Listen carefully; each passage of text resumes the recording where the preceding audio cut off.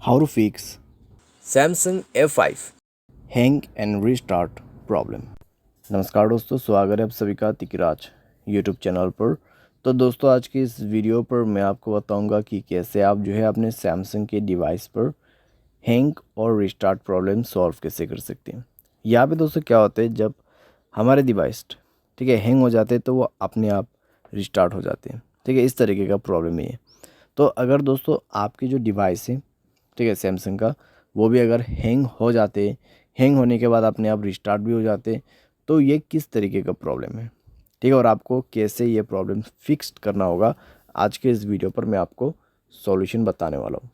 Video को अंत तक देखिए, जो भी सॉल्यूशन मैं आपको बताऊँगा उसको फॉलो करें, आपका प्रॉब्लम सॉल्व्ड हो जाएगा।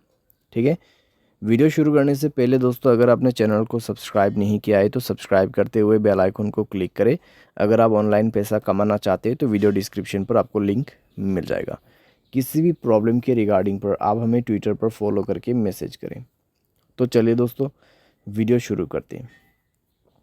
तो यहाँ पे दोस्तों जो हैंग एंड रिस्टार्ट प्रॉब्लम है, ठीक है, तो उसको फिक्स करने के लिए आपको सबसे पहले तो स्टोरेज में से क्लीन अप करना होगा। स्टोरेज को क्लीन कीजिए और मोबाइल पे कई सारे एप्लीकेशंस है तो उसको डिलीट कीजिए।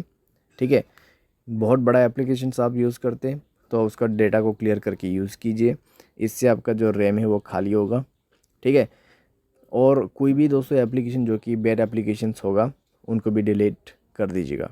बैड एप्लीकेशन जैसे कि कोई अननोन वेबसाइट से इंस्टॉल किया हुआ एप्लीकेशन, ठीक है, तो उनको डिलीट कीजिए और अपने स्पेस को फ्री अप कीजिए। उसके बाद माय फाइल्स पे जाए और यहाँ पे भी दोस्तों स्टोरेज को फ्री अप कीजिएगा। ठीक है, जब स्टोरेज आपका 40 to 30% एम्प्टी हो जाएगा, तब आप अपने मोबाइल सॉफ्टवेयर को अपडेट करेंगे। ठीक है, मोबाइल सॉफ्टवेयर को अपडेट करेंगे। मोबाइल सॉफ्टवेयर अपडेट होने के साथ ही साथ आपका प्रॉब्लम सॉल्व हो जाएगा। ठीक है, तो हैंग और रिस्टार्ट का जो इशू है आप इसी तरीके से फिक्स कर सकते हैं।